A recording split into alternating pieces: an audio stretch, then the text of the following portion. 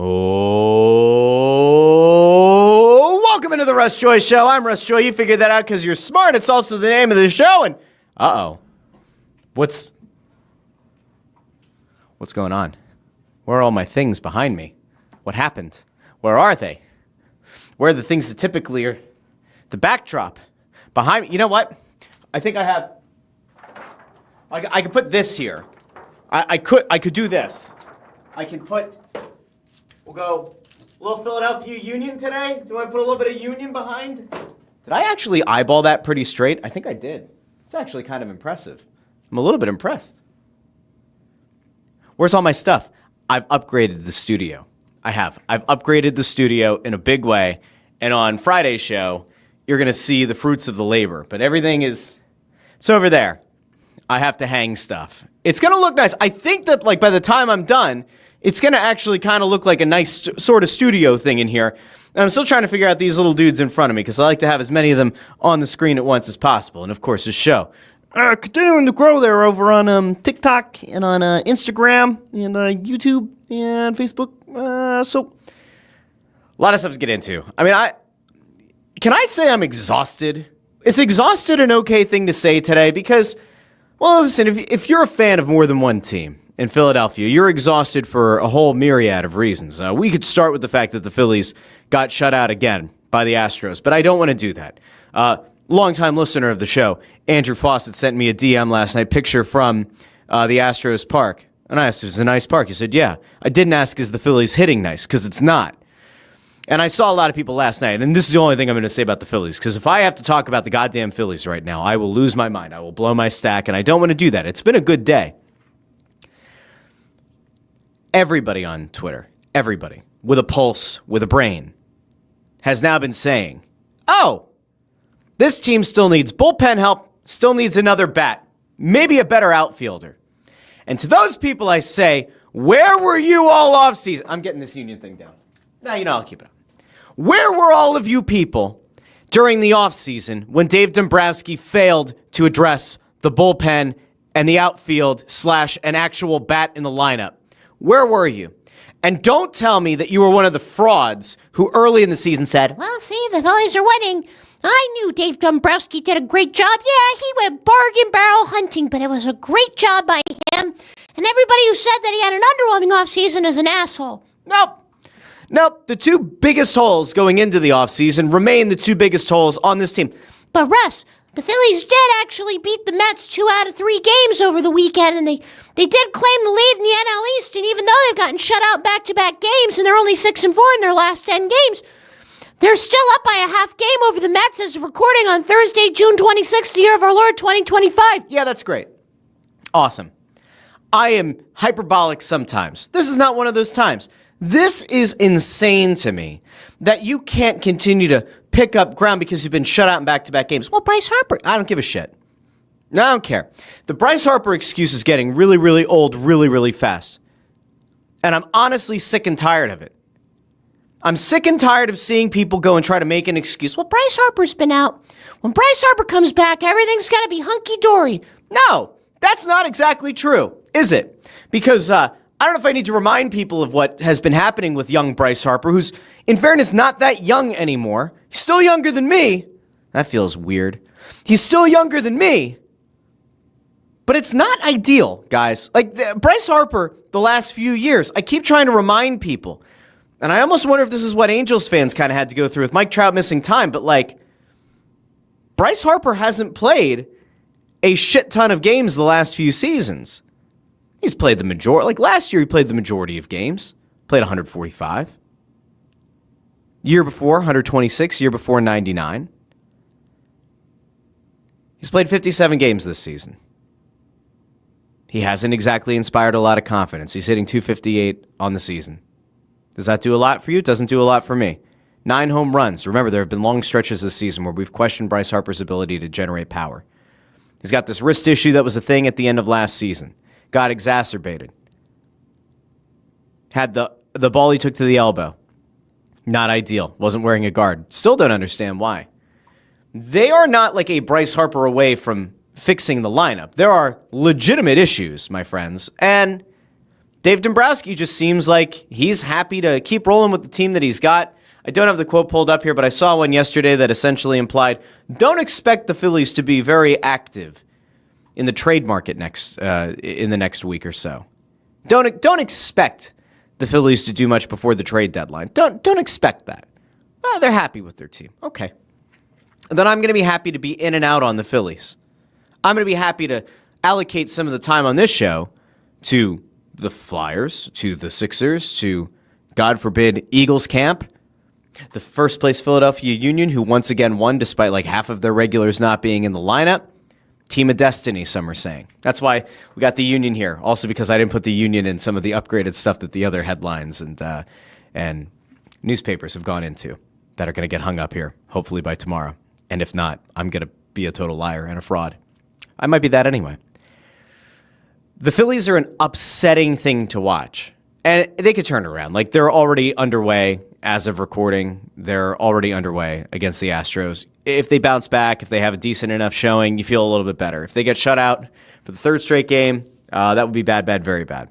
I'm just having a really hard time buying into them. And I get that they're in first in the NL East, but just because the Mets have kind of floundered in a big way, 2-8 in their last 10, doesn't all of a sudden absolve the Phillies of their sins. It doesn't all of a sudden fix the gaping hole in their lineup. It doesn't all of a sudden forgive the madness that is probably going to exist in that bullpen. I brought up, I think, earlier this week, maybe it was last week, the idea that, like, all right, maybe the Phillies maybe they're going to really roll the dice. Maybe Jesus Luzardo is going to get converted into a bullpen arm for the postseason, and that's like the lefty they're going to use, or Ranger Suarez, or maybe both, who knows? I'm just having a really hard time looking at the Phillies and saying, like, yeah, that looks like a World Series team to me. It doesn't. It looks like a playoff team. Good on them. It looks like a playoff team. But does this look like a team that ultimately is going to, like, win the National League? No. Does this look like a team that, like, heads up against the Mets would win in a series? I'm not so sure. I'm just having a hard time with it. I'm not even trying to be a Negadelphian about it. I'm just kind of like, I think there are actual issues. I just saw this. Mark Saber, 1985, says, hello, Joy Media. I subscribe to your channel. Go Phillies. Thank you, Mark. And if you're on the Joy Media channel, you're welcome to be there. I will tell you that over on the Russ Joy Show YouTube channel, there are a lot more people who are routinely talking and interacting in the comments section. You can certainly stay on the Joy Media account. You can go over to the other one. Totally great. Love you. Appreciate you. Think you're great. Thanks for being here. Okay. Now I'm going to go over here to the comments. I'm a little bit frustrated with the Phightin Phils. We have to get to the Sixers. We have to get to some Flyers rumors. We have to get to Sheetz. Oh, I found it. I'm very excited. I wrote over on Crossing Broad today. I wrote my first blog post on Crossing Broad in a very long time. I just went in there. I wrote it up. I pinged Kinker, and I said, hey, I wrote about the Sheetz in Limerick Township. He said, I'll put some eyes on it. I said, all right. It was clean. He had to add a snarky note. That's good old Kinker. Wawa enthusiast and Daryl Morey apologist. Anyway, we're going to go over here really quickly to the comments, and then we're going to keep rolling. And actually, while I'm at it, I'm going to pop the comments up right over here. So if you're watching on YouTube, Facebook, or X, it's going to aggregate all the comments from all the different channels, and it'll pull them up. Now, there are many. It's just that we're now pulling it up so it doesn't retroactively pull up every comment. You'll see this in a second. Amadeo says the wall is bald. Yeah, that's why I added it. I just threw that Union thing up there, and I guarantee that Union thing is going to fall because it's up there with Scotch tape right now. That's going to fall. All of my stuff that's typically behind me looks sensational. And my wife was like, you got to like do some stuff where you kind of do like a gallery view with the stuff. You don't just put them in straight rows. And she's probably right, but then I'm going to like panic about it. Oh, well, what if it doesn't look right? Oh, it's a mess. I'm a mess. The show can sometimes be a mess. But the wall will have stuff back on it Friday. There's a lot going on Friday. Connor Buss says, get a picture of Thomas Miller up there. Maybe it'll convince Sugarman. So really quick on this one. If you missed it over the weekend, Ernst Tanner, sensational executive, should win MLS Executive of the Year in perpetuity. He's incredible. He somehow finds guys that are in like the seventh tier Norwegian league, brings them into MLS, and they become all-stars. He's incredible. He probably is the brightest mind of any front office executive in Major League Soccer. And whatever they're paying him isn't enough. He talked to, I forget which outlet, major German outlet. I should know. I'll find it. But Ernst Tanner goes out to the media, and he says to them, Thomas Mueller has been offered to the Philadelphia Union, but you have to look at the reality of the situation. And he says, we're a training club, and that we had the second lowest budget a season ago. So in essence, said like, yeah, we turned down Mueller, but it's also financially unimaginable that we could afford him. Oh, there it is. It was Sky Sport in Germany. So I'll pull this up. But it was one of those things where, like, if you're not a soccer fan, you don't care. But if you are a soccer fan, and there are many of them in this area, this to me was like one of the most damning things I've ever seen. Now, I could take you over to Sky Sport, to the German site. You'll see it's in German. Thank goodness. Good old Russ here. I'll accept your cookies, Sky Sport Germany. Thankfully, Russ speaks German. Now, could Russ have used like a translating app? Sure. But you got to get into the nuance of the language. Anyway, he says that Miller's been offered to us, and then he also says, like, it ain't happening. And then this is the word right here. Ausbildungsverein. Like a training club. They're not a team that's star hunting. Oh, I'm sharing the wrong screen. Here you go. Like, they're not a team that's going after legit players. They're a training club. And then he also mentions the fact that they are the second lowest budget in the league. And then he also mentions the fact that, like, teams like Inter Miami, New York, LA, those are the kind of teams that a Thomas Mueller goes to. That has to be gut-wrenching, by the way. If you're only a Philadelphia Union fan, that kind of thing has to be gut-wrenching because that is proof. That is undeniable, on-the-record proof to a major outlet, not a blog, even though we love blogs, a major outlet like Sky Sports. And you essentially out your club as not being for cereal. That's a problem. That sucks. And by the way, that's another one of those things that's frustrating because for years we just heard all this team needed was a designated player level, a DP level striker. One's available. Now, Miller's certainly not at his peak powers. He would certainly be a welcome addition, especially in MLS. And he ain't coming here. Let's see. Jim Cochran says, maybe get yourself a nice chair. I have a nice chair. It's over there. I like the standing. I feel better standing doing the show. If I were sitting, I don't know how I'd feel. I think it'd be kind of weird. We'll see. Superfan Eric asks if the Flyers should kick tires on Georgia. I don't know. I think they're going to do something. I just don't know what yet in net. That's not the name that I would expect to see here. Jim says, what happens if your camera fails today? Looks like the backup isn't there. It's like a high wire act today. Oh, no. The other camera's here. How you doing? I always have the backup camera. You got to have the backup camera ready just in case. You just never know. T from the TO3 says, what up, Russ? Thanks for coming on the Upper Bowl podcast. Had a blast. They're out putting the clips over there on Twitter, so go check it out. Chris Freed says, the Palio di Siena horses are next week. Not too late for Crossing Broad to send Pagan to cover them and then keep him there permanently. Win for all parties involved. You know, he's a giant. Siena, by the way, if you ever go to Italy, Siena is a place that you need to go to. It doesn't have the glitz and the glam of a Milan or even like the history of a Rome, or it might not jump off the page like a Florence, right? Siena is incredible. You have to go there. Trust me. Go to Siena. That might have been my favorite town that I visited in Italy, of like the bigger cities. Incredible. Video guy Mateo says, Russ, you said you wouldn't do this today. I lied. From the 203 says, is Bryce Harper aging? Indeed he is. Jay Grabby says, good afternoon, Russell and Russettes. How you doing, Jay? Also says, regarding the Nugget, Ant, and UTs on Snow the Goalie, would it be good news or bad news for fans that will be released next week? It will be news. By the way, no. I'm pretty sure. There are some weird people on Twitter. I know this doesn't come as a surprise. I get it. I fully acknowledge how ridiculous the statement is on the surface, like as if I'm presenting it to you like you don't know there are weirdos on Twitter. There's a group of people on Flyers Twitter who I assume are some of the people that I have seen on Reddit in the past. I don't spend a lot of time on Reddit. Truthfully, I don't.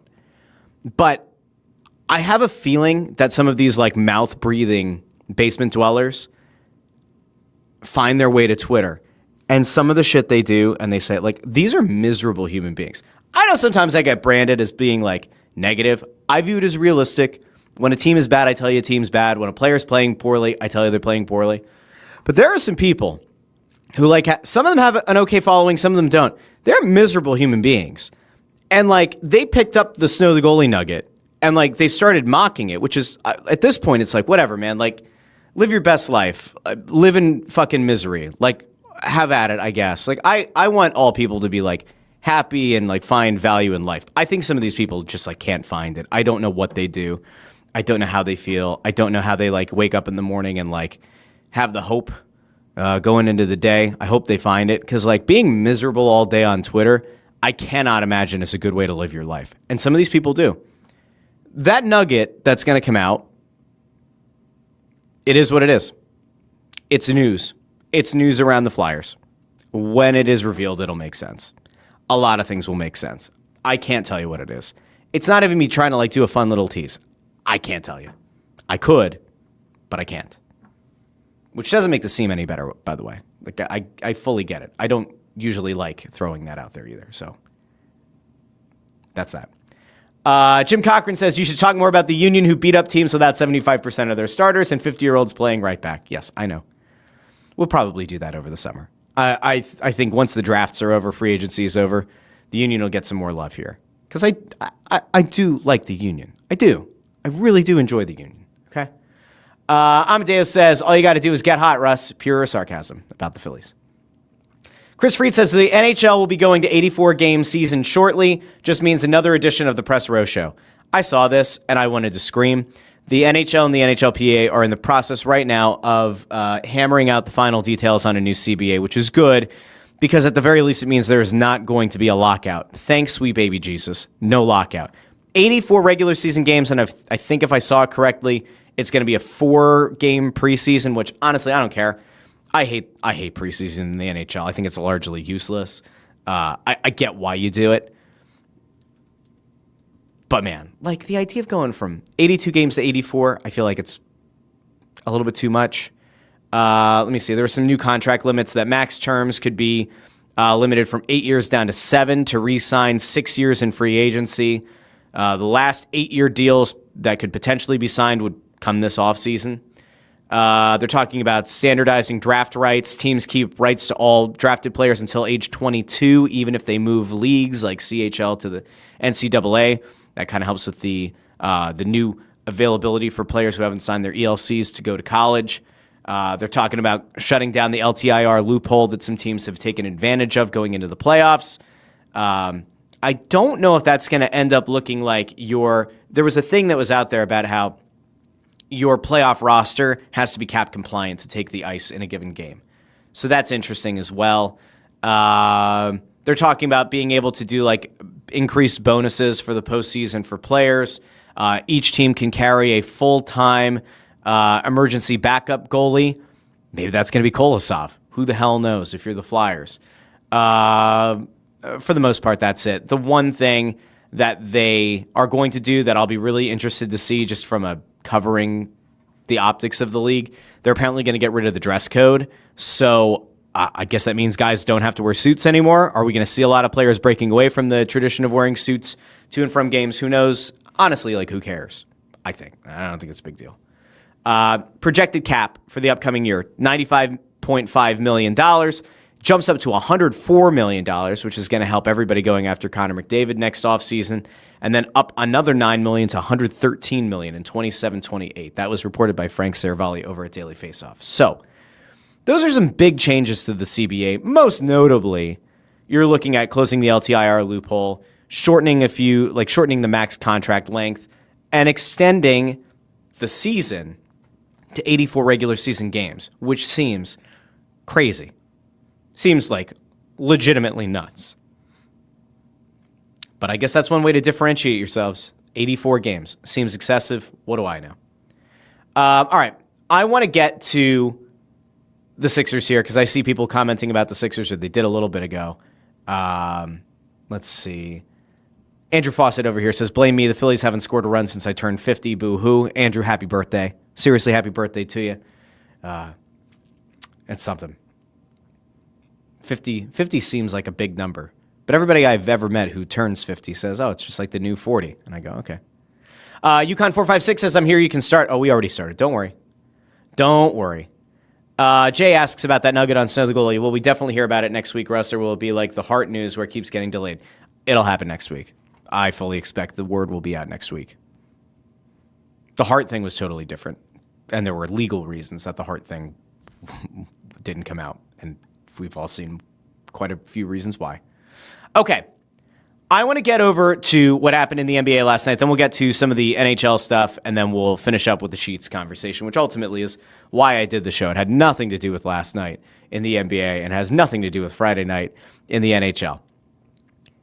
The Sixers made an interesting decision. Now, in fairness, we all knew going into Wednesday night, the Sixers had realistically 2 or 3 options available to them at number 3. We knew for a fact Cooper Flagg was going number 1 overall. We knew for a fact Dylan Harper was going to go number 2 overall to San Antonio. But the question was, what were the Sixers going to do at 3?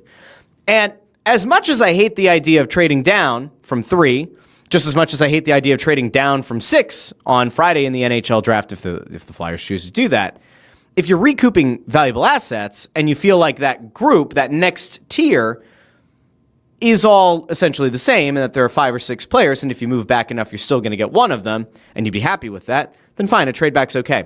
There were rumors leading up to Wednesday night that the Sixers were looking to move back. Ultimately, it didn't happen. Ace Bailey throughout the first pitch at the Mets game the other night, there were some fans who yelled at him, go to the Sixers, go to the Sixers. He stopped where he was walking, pivoted very quickly, and practically ran the other way. So he's allergic to Philadelphia, it seems. He is going to get the shit booed out of him the one time a year that his now drafted team plays in Philadelphia. But he didn't want to come to Philadelphia. There was the report that he was supposed to come to Philadelphia for a workout, for a meeting.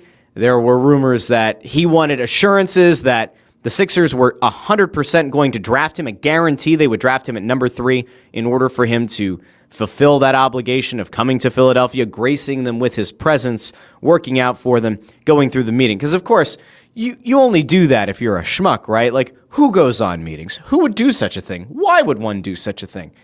So it came out that Ace Bailey canceled his meeting with Philadelphia, canceled the workout. They weren't willing to commit to him. That's fine. I don't care. What I do care about are the optics of that. And for a Sixers team that has run itself into so many negative scenarios in recent years, the last thing they could do is call him on his bullshit game. The Sixers could have drafted Ace Bailey at number 3. They could have chosen Ace Bailey with the belief that, you know what, if you want to play in the NBA, you're going to play here or we're going to ice you out. Seems like a bit of a gamble. Especially seems like a gamble for a guy in Daryl Morey who, while he, for whatever reason, still has the belief of ownership, probably can't afford to draft a guy who ultimately chooses not to play here. They could have called Ace Bailey on his bullshit, and they could have used him as a distressed asset and held him over some teams who wanted to trade up to number 3, but now that he's off the board, and maybe some teams thought, oh, the Sixers are going to pass on him, we'll have a conversation about moving up to 4, moving up to 5. If you draft the player, well, then all of a sudden the teams that were interested in Ace Bailey know we have to meet asking demands if we want the player. I thought that's what the Sixers were going to do. I thought that ultimately it was unlikely they were going to trade back before they were on the clock. I thought that at number 3 there was a good chance the Sixers would take him and they would flip him by the time the night was over for a bevy of picks or assets because a team would get desperate from down farther in the draft order and they would go up and they'd get their guy. I didn't actually think the Sixers would draft Ace Bailey and keep him and expect him to play. Now, Ace Bailey is a really talented player. And as you guys know, I'm very honest, I'm very fair about evaluating talent. It's not like I watched a shit ton of Rutgers games this year. I did not. I could not, prior to like a week or two ago, have told you much about the strengths and weaknesses of a VJ Edgecombe versus a Dylan Harper versus a Ace Bailey versus a Trey Johnson. Like, I couldn't have done it, okay? But leading up to the draft, I started getting a little bit of a better education on these guys. And Bailey has this unlimited potential. There are the comparisons to Kevin Durant. God knows if he'll ever live up to any of them or if he'll be a flop. Remember, there was a time that Brandon Ingram was also compared to Kevin Durant. It doesn't mean that Ace Bailey isn't going to be a good player. It doesn't mean he doesn't have the potential to be an all-star, to be a franchise cornerstone, to be a future Hall of Famer. He might. We have no idea. But when you have a player who flat out does not want to go to your team, when you have a player who has no interest in meeting with your brass, who has no interest in working out for your team, who has no interest in meeting you at a reasonable level, like we're not even talking meeting in the middle, like meeting you at like a reasonable level that's expected of any draft pick, you're kind of in a lose-lose, right? Like, 'cause if the Sixers take Bailey and he chooses not to play here, it's a disaster class if he ultimately like tries to sit out, right? Because then it is a distressed asset in the bad way. Because then it's very well known that like, oh, the Sixers have to get rid of him. So ultimately, they pass. And we'll get to the guy that they drafted in a second because he seems incredible. Seems like an incredible human being. But I want to get to this. So Ace Bailey's falling. And on the same day of the NBA draft, word came out that Bailey was hoping, crossing his fingers and his Tootsie Toes, that he was going to get past Utah. Did not want to go play in Utah. Would have been happy going to Brooklyn.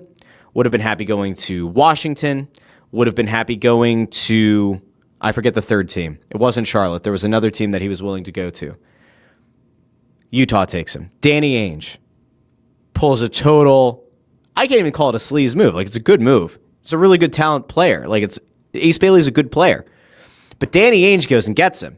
And so then the thought is immediately, oh, Danny Ainge is going to flip him for assets by the end of the night. It didn't happen. So now you have Ace Bailey gets drafted by Utah, where he reportedly did not want to play, was willing to forego a lot of money as a top 3 pick, even as a top 5 pick, to fall to a team that he really wanted to go play for.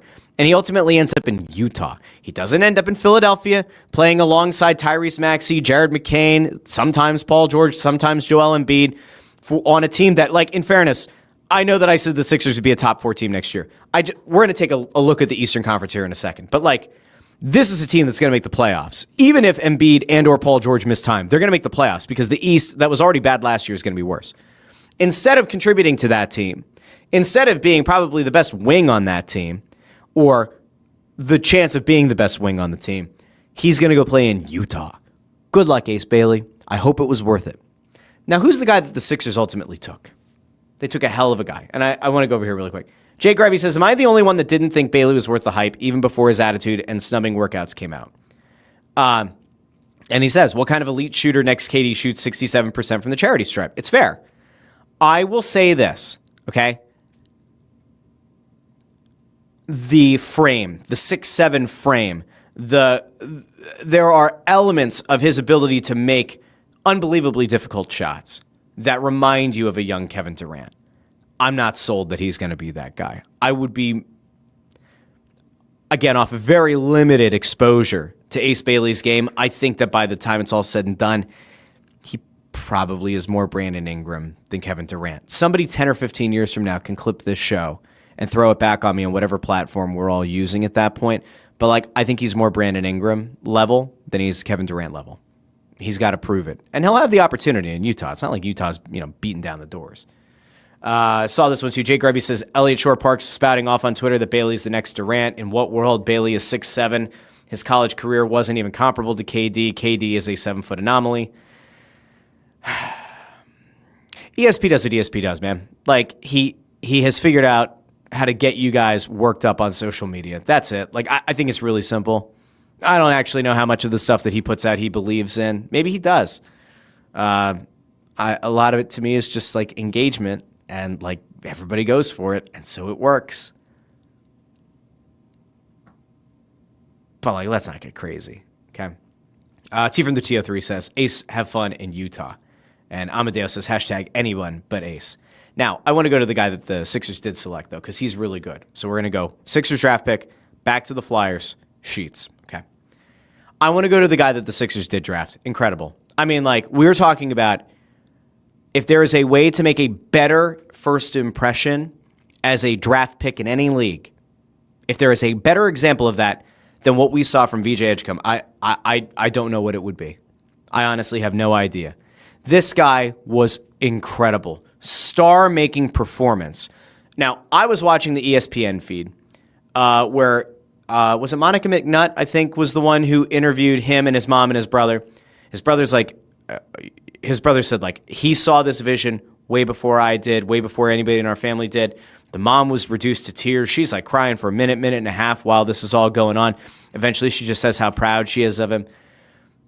He talks about the fact that, like, they had nothing. And they talked about it on the panel that, you know, he talked about how playing in the Bahamas, growing up, playing on concrete, like how it hardened him as a player.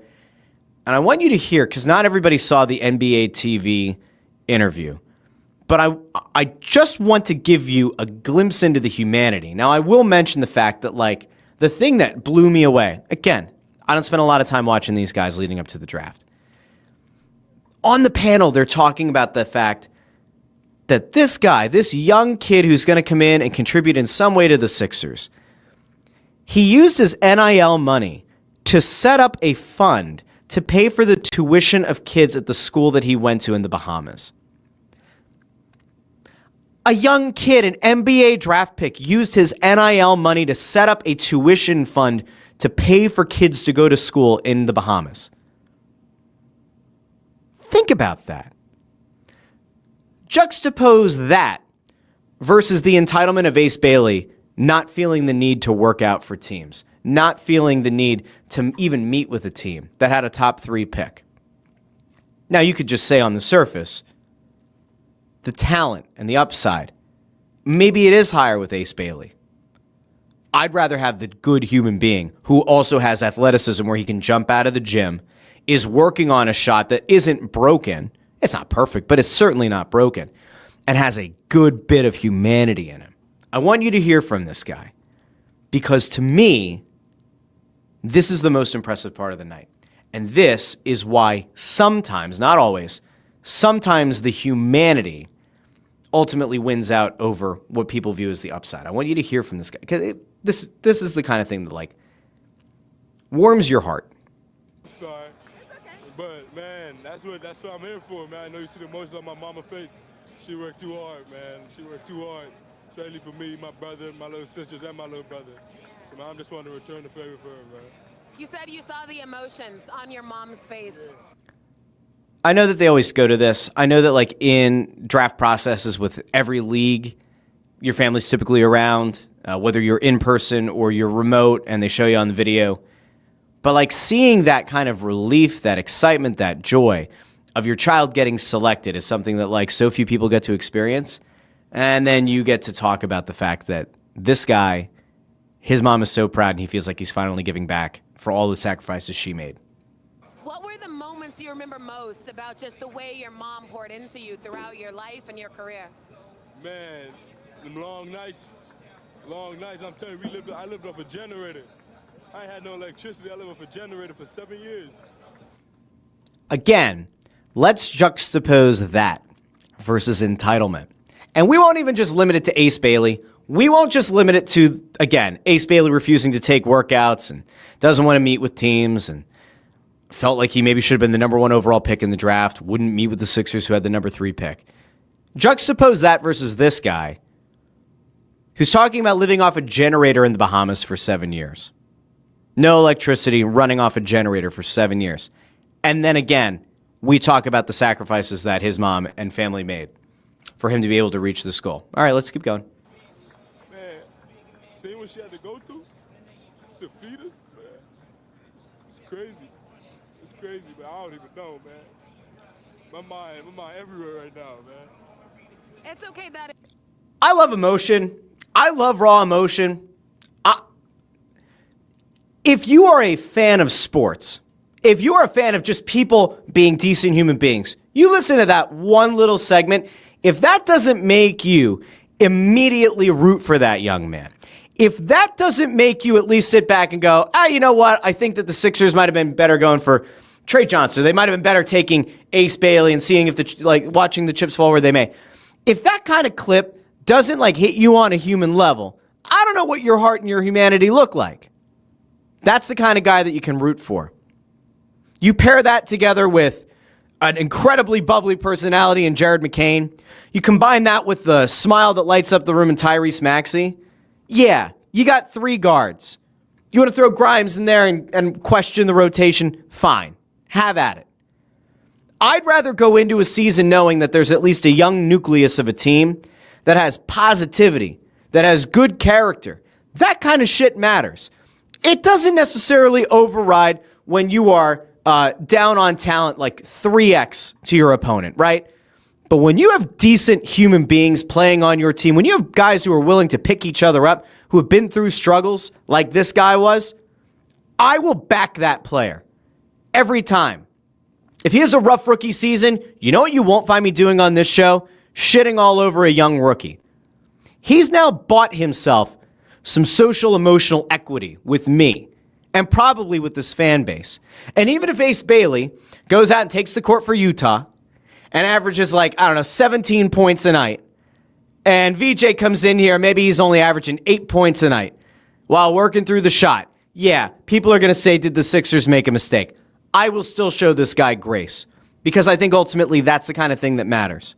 And by the way, no matter who the Sixers took in this draft, if the entire hope of making the playoffs hinges on that number 3 overall pick in this draft, which in fairness, didn't feel like it had a ton of elite talent. It was Cooper Flagg, it was Dylan Harper, and then it was the next tier.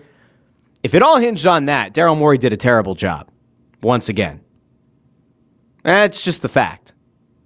Ultimately, this team is going to run it back with Paul George and Joel Embiid and hope. And in fairness, in an Eastern Conference where Boston just traded Drew Holiday, they're going to be without Jason Tatum for the season. There are rumors they're talking about potentially trading Jaylen Brown, which I don't think are real, but that would be interesting. In a same conference where Tyrese Halliburton is going to miss a year with a torn Achilles. In an offseason that Milwaukee's talking about trading Giannis, and they're going to be without Dame Lillard for a season with, again, a torn Achilles. All of a sudden, the Eastern Conference certainly feels a little bit more wide open. So even with Paul George and Joel Embiid being very unreliable from an injury perspective, there's an ability to make the playoffs. And the best part here, while you can be frustrated, McCain, Maxey, Edgecombe, how are they all going to play together? This takes a little bit of pressure off. Now, if he somehow blows their doors off and he looks incredible and he's in the starting lineup, awesome. But it does take a little bit of pressure off. Now, again, you can argue that in the past, a number 3 overall pick is typically an elite talent and a day 1 starter and a day 1 performer and a day 1 contributor. I don't think this draft had that. I really don't. I don't necessarily think there was anybody at number 3 who was going to come in here and make that big of an impact from day 1. And I could be wrong, but we'll see. Amadeus says the only true threat to the Sixers would be New York. I mean, I'm not ready to tell you that the Sixers are going to be like the number 2 seed in the conference. I think that'd be crazy. But barring catastrophe, they should be in the top half of the Eastern Conference this year, even with injuries playing some kind of a role. Amy says, because of the talk on this show, for the first time in my life, I tuned into the NBA draft last night for the Sixers pick. Thank you, Amy. Let the NBA know. The Russ Joy Show took you there. Maybe that made you a fan. If that clip, and if that young man doesn't make you a fan of the Sixers, or at least from the outside, at least make you slightly interested, have a little bit of an emotional buy-in, I don't know what will. Let's see. There are more things going on. Jay Grubby says, that's the guy I want on my team. Chris Freed asks, says, he's a decent dude. Can he actually play? It seems like it. The athleticism's there. I know, we always go back to athletes that, are working on their shot. Andre Iguodala. I remember Rodney Carney. Loved Rodney Carney. He had, the knee-high socks. The Sixers a lot of times have gone after athletes. Sometimes it works, sometimes it doesn't. Ace Bailey, to me, the attitude, the showing up, if you saw what he wore to the draft going in, the red pants, the high boots, the whole thing, to me it looked like Ben Simmons going to the Met Gala. I don't want that shit on my team. I just don't. Chris says, Ace is an a-hole. Would it have been? We would have been to Daryl Morey what Okafor was to Sam Hinkie. I would say that, Okafor, for as flawed as his game was, and as bad of a fit as he was on this team, I think that if Jahlil Okafor had gone to a better situation, he might still be in the league, or he would have had a longer career. I don't think Okafor was a bad player by any stretch, but remember, that was the draft where D'Angelo Russell got taken by the Lakers, and that really screwed things up for the Sixers. D'Angelo Russell would have been an interesting player here. You pair him with Embiid, and it's a different story, maybe. Greg Bondarenko talking about Edgecombe says, kids already a standout before stepping on the court. Langer says culture does matter, and a guy that's 67% for the stripe, Bailey, and not exactly like they passed on Jordan. I like the VJ pick. It's not like he can. It's not like he can't play. Solid guard. Agree. Jay Grubby says Ace didn't even average 17 points in college, so we'll see. Jerry Martin says I don't know any of the prospects outside of Flagg and Harper. However, I will say that clip warms my heart. I'm not excited about the team as a whole. That's fair. That's fair. All right, now I want to get to the Flyers before we head to the Sheetz thing, because the Sheetz thing is a big deal, okay? Big deal. Jake corrected, said 17.8 points per game. It's okay. That doesn't matter. We're going to round down by 1.5 points. I want to go to the Flyers because there is something interesting brewing. And I know that we talked about this on Snow the Goalie this week. We are going to be down outside of the War Room in Atlantic City at the Hard Rock. We are not going to be part of the party. The party, I'm sure, will be lovely. People are going to have a great time. We are going to be giving you probably the most well-informed show on draft night. We are going to be outside of the Flyers War Room as they're deliberating, deciding who they're going to take at number 6 and 22 and 31, assuming they make any of those picks or all of those picks, or who the hell knows. When things go down, we will have people on the show. There are going to be people from the organization that are going to hop on the show over on the Snow the Goalie account on Friday. There are going to be some media people, I think, that we're going to bring on the show. There might be some alumni who show up on the show.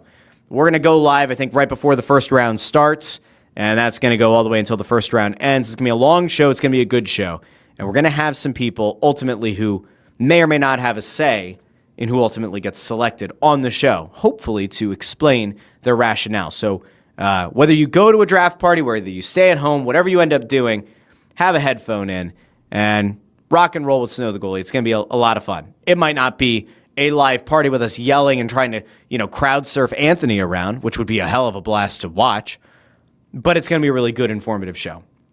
Now, here are the little nuggets, okay? One nugget that came out is that the Flyers have had some, they've had some meetings. And now, again, this doesn't mean that they're going to draft any of these guys, okay? We've heard the names O'Brien. We've heard the name Brady Martin. We know that Michael Misa would be interesting, especially if he falls past 2. What does Chicago do? What does Utah do? There are rumors this morning that Utah might trade their number 4 overall pick to the Rangers. God knows what that means. But the Flyers apparently have had a few additional meetings, and at least one with somebody that they might not have initially been thought to have interest in. Now, it could be a smokescreen. It doesn't mean that it's absolutely going to happen. It doesn't mean that it will happen. But I want to go to one of the guys, okay? One player who confirmed they met with the Philadelphia Flyers is a guy who maybe would not have fit the mold before the Trevor Zegras signing. And that, of course, is none other than the guy that many consider to be one of, if not the best wings in this draft, Porter Martone. So it comes out earlier on Thursday, Cam Robinson reporting. Porter Martone tells us that he had a couple of last-minute meetings with Philly and Boston before landing in L.A. Now, that doesn't necessarily have to mean a lot. There are rumors that Boston is trying to trade up into the top 5, maybe to the top 6. I don't think the Flyers are going to trade out of 6 to let Boston go up and get their guy. Is it interesting that Porter Martone met with the Flyers? Yeah. Could it be a last-minute meeting because the Flyers just went out and got Zegras and they think he's going to play center? Maybe. Would Martone bring some size to the lineup at 6'3"? Yeah, he would.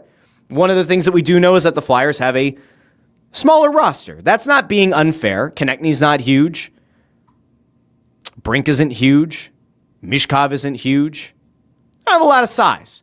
Would Martone represent a size upgrade on the wing? He would. Do I think they're going to take him? No. Do I at least like to know that publicly they met with him and they did their due diligence? Yeah, I do like that. Here's the one that's more interesting. This is the one that people have been waiting for. This is one that is potentially very, very interesting because this is a guy who a year ago was thought to be the number 1 pick in this upcoming draft, who has fallen down some boards And size-wise doesn't blow you away, but skill-wise certainly can. James Hagens puts out that he was not only that he met with Philadelphia, he went down to Philadelphia after the combine to meet with the organization. Now, what does that mean?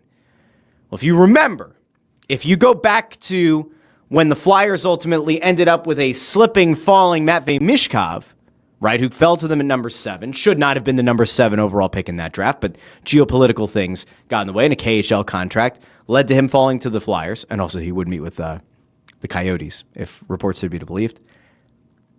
James Hagens is a guy that people do believe could ultimately be available at number 6. Now, I go off of skill, I go off of talent, I go off of what pops on film, okay? I'm not going to tell you that I'm the most knowledgeable guy, that I'm exceptional at evaluating players just based on film. Hagens, to me, is a guy who would be really, really interesting. And he's a guy that, like, I fear what happens if you pass on him. I fear what happens if you take Brady Martin, who might end up being a better 200-foot player, at least initially, than Hagens would be. A guy who's getting comps to Couturier, I saw Mike Richards' name get thrown out. I don't think either of those comps are particularly fair or accurate, but it's to give you that idea, like 200-foot player, kind of center. I would be ecstatic if on Friday night we're doing the Snow the Goalie press night show, draft night show, outside of the War Room, and when we get to chat with a few people who are responsible for drafting James Hagens. That would be a hell of a pick. Would be a very, very interesting pick. And again, you would then be looking at a guy who could have been the number 1 overall pick over Connor Bedard and Matvei Michkov if he had been, like, I don't know, Canadian, American, whatever. You would potentially be getting a guy who many thought a year ago was going to be the number 1 overall pick in James Hagens at number 6. And then you go, wow, that's something to build around. Now, Hagens not expected to be in the NHL this upcoming season. Now, could he potentially come in and knock your socks off? And for a team that does have voids at center, could there be a scenario here where you say, all right, some combination of Hagens, Cates, Zegras, and Couturier are your centers? Maybe. I think it'd be crazy, because then that means that Coots and Zegras are definitely your 1 and your 2. Cates probably gets moved to 4C, which is a role I think he could play. Are you really going to have Hagens be your third-line center at his size, at his age, at his frame? I don't think so. I think no matter whoever the Flyers end up taking, highly unlikely they make the team. And then there are going to be people who ask the question, well, what about Jet Lashenko? Like, what does that mean for him? Cates got extended. Zegras is here. Presumably, he's going to play well enough to get a contract. Couturier is going to be here. And then if you draft Hagens, what does that do to Lashenko? I got to be honest, and I got to say this thing. Okay? I don't give a shit what it means for Jet Lashenko if you take a center. Lashenko might end up being a really good player. He might. I'm not convinced he will be. I'm not convinced that he's ever going to be worth a first-round pick. I'm not convinced that he was the best pick last year. Now, physically, it seems like he would be much more ready to take on an NHL season. And in fact, he might make the team out of camp. And he might spend the whole season up, or large chunks of the season, with this team. And so maybe you do get a combination of Couturier, Cates, Zegras, and Lashenko as your centers this season. Certainly wouldn't be a bad thing. And if you draft a Hagens or an O'Brien or a Desnoyers or I can't imagine Frondel's going to fall, but there have been a couple of rumors that he might fall. You get a center in here, and that guy gets to develop for another year or two. You never know what it's going to look like in another year or so. I'd always err on the side of have center depth than worry about, oh, well, we took a center last year. Oh, we just traded for Zegras. We don't need another center. Now we can go and get Porter Martone. If Martone is the best player available at number 6, and you think that his ceiling is significantly higher than the other centers who are on the board, by all means, take him. Shouldn't rule it out. Hagens, to me, is a guy that I'd be really interested in seeing the Flyers take at 6. Now, you guys also know that I have been trying to will this into the universe, and I don't think it'll happen. I'm now starting to feel more and more like it won't happen. I have long been of the hope. All right, maybe you get a center at number 6. Maybe you end up with Martone after the Zegras trade. Danny B, trade 22. Maybe Cam York. Maybe somebody else. Maybe some other picks. Move up into the early teens. Go take the big swing at Roger McQueen at the 6'5" center. Let him develop for a couple of years, maybe 3. have that big body come up for that next wave of an infusion of talent would be swell. I don't think it'll happen, but we'll see. I will tell you, I'm very excited for Friday because there have been moves going down. I think I saw somebody say in the comments that Ehlers just is going to hit the market, didn't come to terms with the Jets. Yeah, here it is from Sportsnet. Nikolai Ehlers, where are we at? Here it is. Apparently has informed the Jets that he will not be signing with them, at least immediately. He's going to test free agency. That's a hell of a wing. If the Flyers feel like they need another wing, if they feel like they need another veteran wing, to my knowledge, if I remember correctly, he's played both wings before. Doesn't mean that he should, but he has played both wings before. Would that be an interesting name? Would that intrigue people? Like, ultimately, you need to improve your talent, right? Like, that ultimately is the name of the game here. And while they have some, like, sort of intriguing guys, like, we've been talking about Bump, and we've been talking about Barkey, could those guys end up in the NHL? Maybe. Or you have a couple of veterans that you kind of sprinkle into this lineup. You get a veteran wing like Ehlers, or who else is hitting free agency as an unrestricted free agent? Let's see. Let me see. I think there are a couple of wings that like could be interesting. And this also, once again, comes down to like how into it you want to be. Like, you're not going after Mitch Marner. You're not going after Sam Bennett, who's probably going to stay in Florida. He told them he's going to stay there. I'm a big go get John Tavares guy. I think that dream, that hope has died. Brock Besser could be an interesting name. Played in Vancouver. Played for Tocchet. I think he had a 40-goal season 2 years ago. If you're trying to go out and get a veteran, I'd say like Ehlers or Besser, probably your two best, maybe most realistic options. I don't know. Does Ehlers really want to come across the country and go from Canada to the U.S. and come out to the East Coast? Like, I don't know. He'd be interesting. Does Besser have a good relationship with Tocchet? Is there a need here? Does the AAV make sense? I don't know. If you know that you're going to go into next season with either Lashenko or whoever your center that you draft in this draft is going to be on the team, which again I think is unlikely, at least based on this draft pick, then yeah, you go and get another veteran wing who has like legitimate upside and can help those centers to develop, right? I'm just not too sure. I'm not sure they would do it. Let's see. Joe Fisher says, Russ, there are reports that defensemen Haig and Anderson may be on the move. Do you think the Flyers should take a flyer on them? I don't know. I've seen people asking, like, oh, what about Ekblad? Would Ekblad come here? And like, no, I don't think he would, unless you knock his socks off. Now, listen, if Ekblad were willing to come here, this is kind of like my John Tavares idea, right? So Ekblad made $7.5 million. Are you going to offer Ekblad $9 million to like forego a chance to win a cup to come to Philadelphia? Probably not. Would he immediately make this blue line more lethal? Yes. And again, if you're trying to make the playoffs and you want to bring in that higher end talent who can kind of lift, like that rising tide lifts all ships, if you got him, it would certainly help solidify your blue line, take a little bit of pressure off them. I don't think it's going to happen. So I think the Flyers have to take a look at making that blue line bigger, which again is why I think Cam York is like the most likely guy to get moved. I think they're going to keep Andre. He's under control. He's cheaper. He's still a good player. Drysdale, they are committed to. I would say that York is probably the guy that would get moved, but you have to have a big defenseman lined up. It's also why I don't think they're going to trade Risto for like a bag of pucks. Like, I think that if they get their socks blown off with an offer for Risto, they'll take it as long as they feel like they have a big body to replace him. They will not go into the season with a super, super small blue line. They just won't do it. Jerry Martin says there's no guarantee Zegras, Coots, Lushenko, or any other center is going to be a top center in 2 to 3 years. I don't care what position anyone plays, just give me talent and potential to build for. I agree with that. Let's see.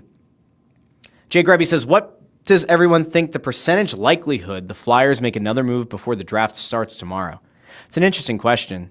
Like, could there be another player? Could there be a roster player moved before the draft? Maybe.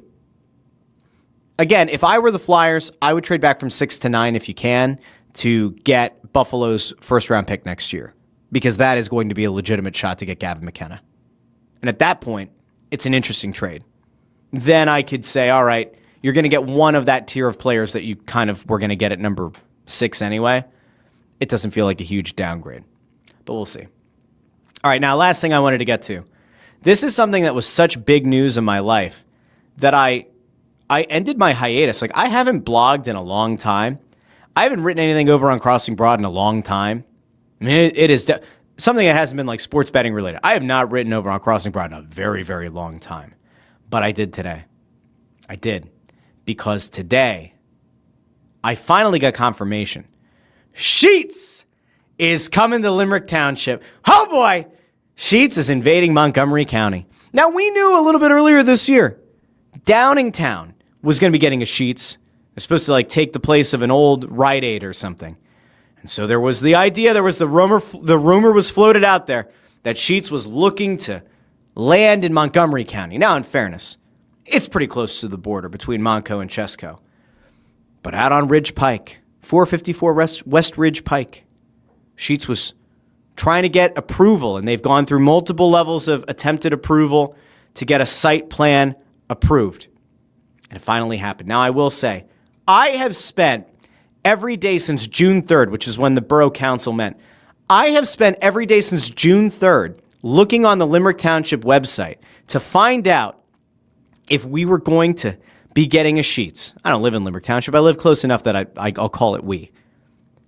I was so excited, and I couldn't find the board minutes. It was always the agenda, no minutes. So eventually I said, you know what? They have to have a Facebook page. I found it. They have to have the meeting. I found it. And ladies and gentlemen, I want to share with you the excitement, the joy that I felt, because this is what happened earlier today. I did a little bit of sleuthing over on Facebook, and look what I found. This is from the Limerick Township board meeting on June 3rd. On the agenda is subdivision land development 24-03 Sheetz. Sheetz. Limerick 454 West Ridge Pike. Okay.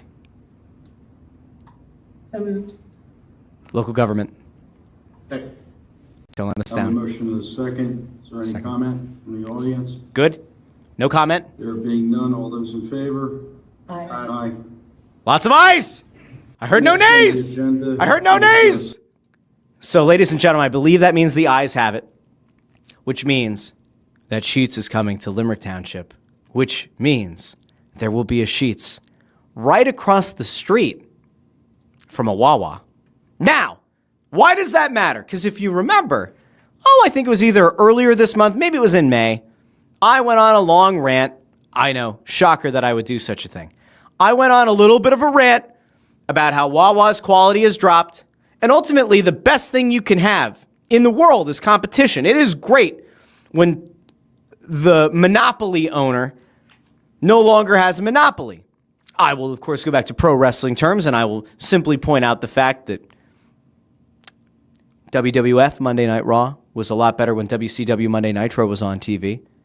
Once WWF bought WCW, things went downhill. They went downhill pretty fast. Failed invasion angle. You guys know. So I love competition. And I'll show you this, just to give you an idea of proximity. Now, in fairness, this screenshot is from, I think this was Google Maps from like 2019. So things have changed. And this like old schoolhouse building or whatever is no longer there. But over here, you can see the Wawa, which is right up on Ridge Pike. And then over here is where the planned site is. Now, again, this is gone. This building's gone. This is where the Sheetz is supposed to be. Swamp Pike is like down here, like at the intersection. Now, this is interesting because Wawa, there's a Wawa here. And then if you go down this road, which I think is like kind of Swamp Pike or whatever, towards Royersford, there's one at the Linfield 422 entrance. And if you keep going, there's one at the Royersford entrance to 422. But if you go on this road, the other way, not that way, but coming back this way, there's another Wawa by the Aldi and the Target. So there are like a million Wawas, and now you're going to have a Wawa right across the street from a Sheetz. And that doesn't happen very often. Now, when this happens, when Sheetz does officially get built there, will I do some intrepid reporting? Will I go to both Wawa and Sheetz and order many of the same things to do a blind taste test? You're damn right I will. But here's the thing, okay? We have to be fair. We have to be fair about the things that I do hold. These are truths that I hold self-evident, that not all gas stations are created equal, okay? Wawa does not have a fryer. Wawa should not be doing things that are meant for a fryer. That is including but not limited to French fries. They should not have them. Hash browns, they do an okay job. Chicken tendies, not as good when they're baked as when they're fried. Sheetz, they've got the fryers. They do a sensational job at the handheld stuff. They do a sensational job. You want to get some fried mac and cheese bites. You want mozzarella sticks, jalapeno poppers, incredible stuff. Now, there was a time where Sheetz had really good subs. The last few times I've had them, they've been okay. Wawa used to have tremendous hoagies. Nah, they've fallen off. I'd still probably give the hoagie/sub battle to Wawa. I'd give all the fried/side things and all the fun stuff to Sheetz. And then it comes down to coffee, which, seriously, Sheetz' coffee, if you have the burr grinder up top, they're pretty damn good. You have coffee, you have your snack options. Those are the things that might help one win over the other. But the big story on Action News, Sheetz officially coming to Limerick Township, invading Montgomery County, in addition to the Sheetz that's going to open in Downingtown and Chester County. It's finally happening. I first moved to this area, moved here in 2013. But I went to college at Westchester starting in 2008. I have not lived in a town that has had a Sheetz readily accessible to me for a very long time. And the idea that now, after I finally lost weight, maybe it was my body's way of knowing in advance that I was going to gain it all back by making some late night runs to Sheetz. We shall see. That is my number one favorite story of the day. Now, what is this? Chris Fried says, Buc-ee's is opening a store outside Richmond, Virginia next week? I'm sorry, what? Oh my God, is that true? This can't be a lie. If this is a lie, we're going to have serious beef, Chris. You and I are going to have real beef. All right, so outside of Richmond, where is Richmond? Oh my God. You know what? That could fundamentally change my path. So every year we tend to go to the Outer Banks. And usually you cross over where Norfolk is. But there is a way where you can go around Washington, D.C., and you would go right past Richmond. Oh no. We might have to alter our route the next time we go to Outer Banks. That could be the place to stop. Oh, I have to go look into this now. Chris Fried, you've given me hope. I know Morgan Freeman had a line in Shawshank Redemption about it. Something like, hope will give a man. What is it? Hope is a dangerous thing. A very dangerous thing.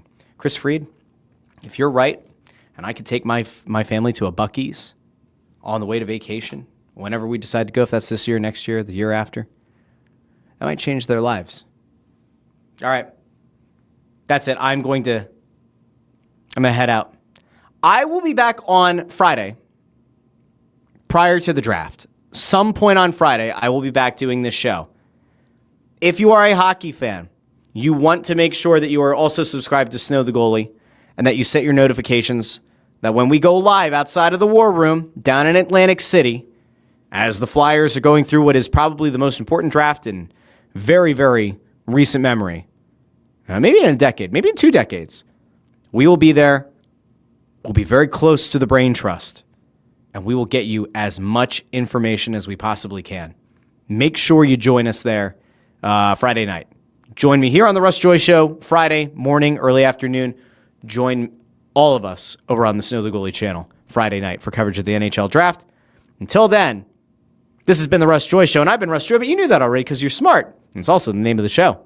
Talk to each and every one of you here Friday on the Russ Joy Show. Have a great day, everybody. Talk to each and every one of you very, very soon. Bye now.